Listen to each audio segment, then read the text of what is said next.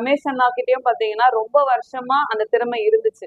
ஆனா YouTube channel மூலியமா இந்த 3-4 வருஷமா தான் அதிகமான ரீச். பள்ளிக்கூட காமெடி அவர் எனக்கு தெரிஞ்சு 20 வருஷமா பண்ணிட்டு இருக்காருன்னு தான் சொல்றாங்க. ஆனா இந்த 4 வருஷமா தான் யூடியூப்ல செம்ம ரீச் ஆயிட்டு இருக்கு.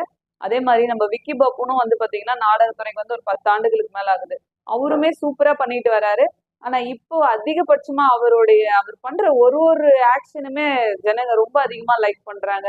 இளைஞர்கள் சரி, பெண்களும் சரி, எல்லாருமே கேக்குறாங்க.